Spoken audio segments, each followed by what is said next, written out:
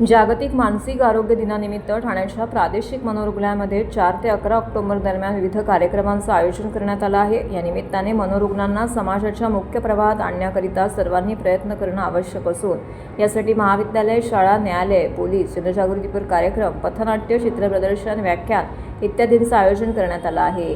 आजच्या धकाधकीच्या दिवसात प्रत्येक व्यक्ती कोणत्या ना कोणत्या कारणाने तणावाखाली वावरत आहे। मात्र तणाव वाढून त्यांचा विपरीत परिणाम मानसिक आरोग्यावरती होणार नाही ना, यासाठी प्रत्येकाने काळजी घेणं आवश्यक असून ठाणे प्रादेशिक मनोरुग्णालयात साजऱ्या होणाऱ्या जागतिक मानसिक आरोग्य सप्ताहात असाच विषय हाताळणार आहेत।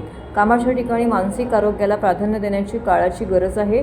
या विषयावरती शाळा, महाविद्यालय, पोलीस, न्यायालय इत्यादी ठिकाणी 4 ते 11 ऑक्टोबर दरम्यान विविध कार्यक्रम ठेवले असल्याची माहिती रुग्णालयाचे वैद्यकीय अधिकारी नेताजी मुळूक यांनी दिली।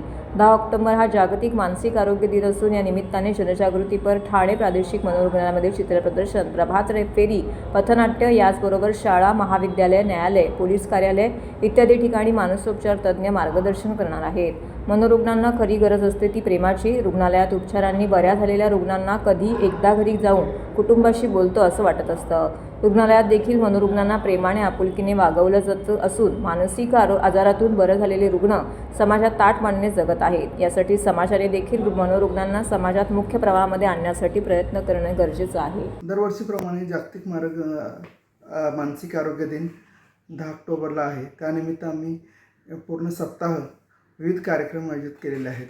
4 ते 11 ऑक्टोबर या कार्यक्रमामध्ये आपण विविध मानसिक आरोग्याविषयी पोस्टर्स तयार करणार आहोत।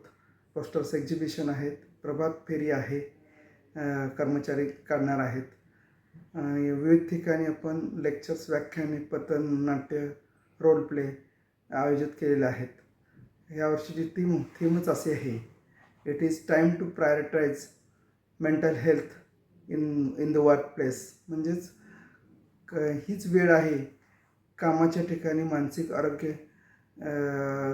चांगले ठेवणे।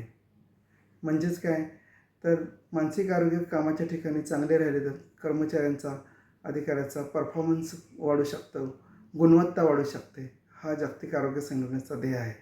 या कार्यक्रमानिमित्त आपण मानसिक आरोग्याविषयी लक्षणे, आजाराबद्दल औषधोपचार, समज, गैरसमज, काळजी कशी घ्यावी यावर विशेष भर देणार आहोत। विविध कार्यालयात म्हणजे आपण पोलीस विभागामध्ये, न्यायालयात, कॉलेजेसमध्ये, इतर सेन्सिटिव्ह संवेदनशील एरियामध्ये आपण त्याची जनजागृती करणार आहोत, जेणेकरून सर्वांना मानसिक आरोग्य मिळावे।